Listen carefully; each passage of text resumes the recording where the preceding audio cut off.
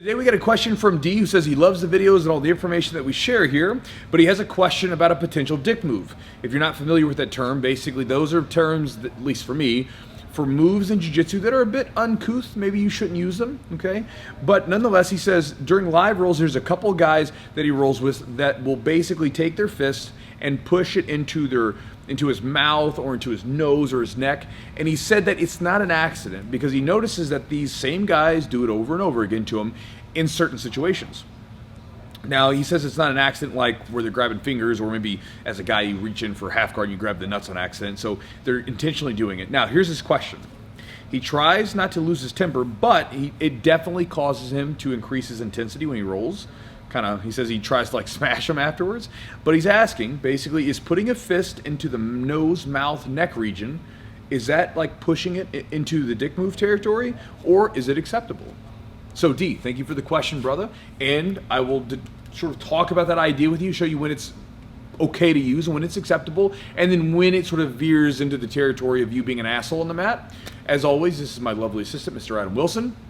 Trust catch.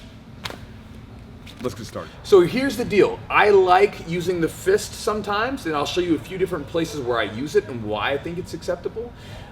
Because again, it does create a little bit of pain, and pain can be a useful tool sometimes. Sometimes we got to create a little bit of pain to make the person move in the direction we want to.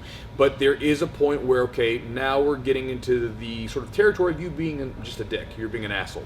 So check it out. Let's say that Adam maybe pulled me down inside the guard here. He's got a really tight grip. I try to push up and I can't. I might take my fist or my forearm and place it into his neck and begin to push. And a lot of times this is uncomfortable. People will try to grab it, maybe peel it across, or they'll let go, and I can get up to a position here, okay? Sometimes if I'm passing the guard, if the person's like really, really tight in like some sort of guard passing position like this, you can take that fist here and you can begin to put it up under someone's neck and frame against it because it's very uncomfortable. Right? I do that a lot from butterfly guard and stuff like that. So again, it's very acceptable, and a lot of times it's a great tool to use. Here's where it becomes a problem, D. If this person, let's say if I'm in Adam's guard here, and I'm going here, and I push in, now once I create my distance, if I'm still just digging my knuckles into his mouth, well then yeah, that's kind of being a dick. It's fine to use a little pain for, a particular purpose, but we just don't want to just hold it there just to hold it there. Again, our job is to submit the person, not to just inflict pain. I mean, there's tons of places where, like, for instance, like right here, sometimes in positions like this, if the person's like getting a little wild, I'll really, especially in tournaments, I'll put a lot of pressure with my shoulder and my chin right here into the cheek and get them to settle.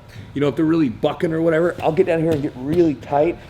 And a lot of times it can get them to chill out a little bit because that's uncomfortable, right? And so again, there's all kinds of different ways where you can use a little bit of pain sometimes to make the position uncomfortable. It's something else I do that's kind of, I don't know how like common this is.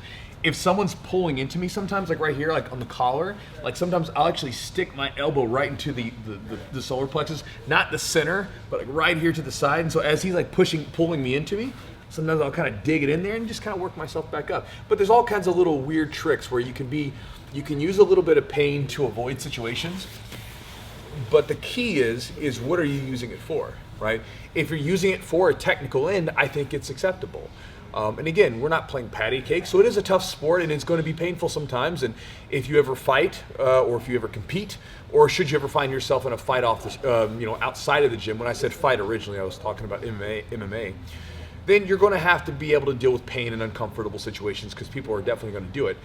But that said, again, for me with training, it's always to come back to a technical aim. So if your training partners are using their fist and their elbow and everything else to make space to pry you away, and then they like go back to doing something else, then yes, it's acceptable. If they're doing it and just holding it there, then not acceptable. And on your end, you need to be relaxed and stay calm. That's a really bad idea to lose your temper. That means that you have a problem. Like you're talking about they have a problem with this fist thing. If you get frustrated and angry, that's a problem as well, because again, you don't want to lose your cool in the mat, because then you lose that problem-solving mindset that you need. If they push into your face and it's pissing you off, then you need to just remove those grips or whatever you need to do and make your way around it and stay cool, calm, and collected, so that you can, get the better of them, that kind of thing. So anyway, that's the idea. A very simple idea, but hopefully that helps you out, D. So thank you for the question. I'm finished. Adam.